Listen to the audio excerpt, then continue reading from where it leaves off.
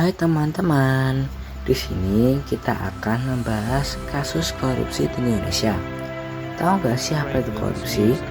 Korupsi adalah tindakan menutupi kekuasaan atau jabatan yang dilakukan seseorang untuk keuntungan pribadi atau kelompok yang merugikan pihak lain, terutama negara dan masyarakat.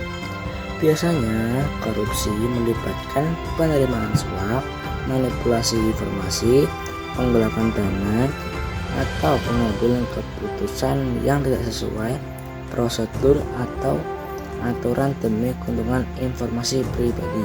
Korupsi dapat terjadi dalam berbagai bentuk seperti suap, memberikan atau menerima suatu uang, hadiah, layanan untuk mempengaruhi keputusan atau tindakan.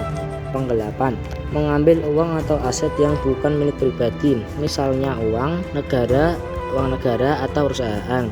Penyalahgunaan berwenang, menggunakan posisi atau jabatan untuk mengambil keuntungan pribadi meskipun melanggar etika dan hukum. Pemerasan, memaksa pihak lain untuk memberikan sesuatu dengan ancaman tertentu.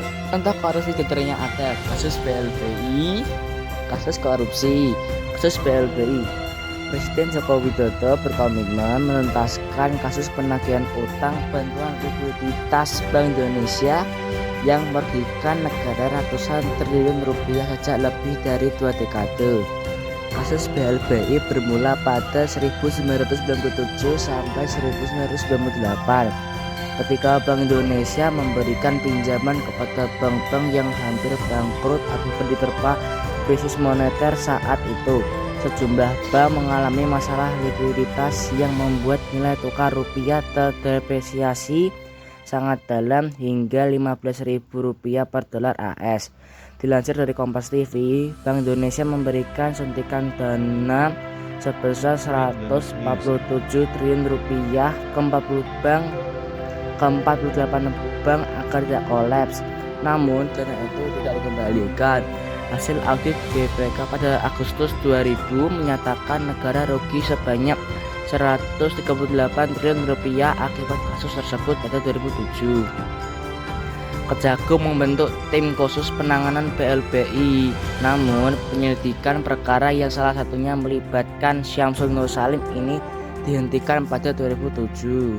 Kasus korupsi Rp300 triliun, CNBC Indonesia, Badan Pengawas Keuangan dan Pembangunan BPKP menyebut kerugian negara akibat kasus korupsi tata niaga timah di wilayah izin usaha pertambangan PT Timah Tbk periode 2015 sampai 2022 diperkirakan mencapai Rp300 triliun.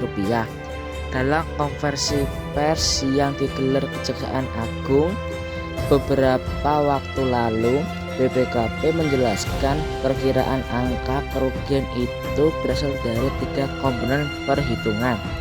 Dilansir dari Detik News, Deputi Bidang Investigasi Badan Pengawasan Keuangan dan Pembangunan Agustina Arumsari memberikan besaran kerugian negara tersebut.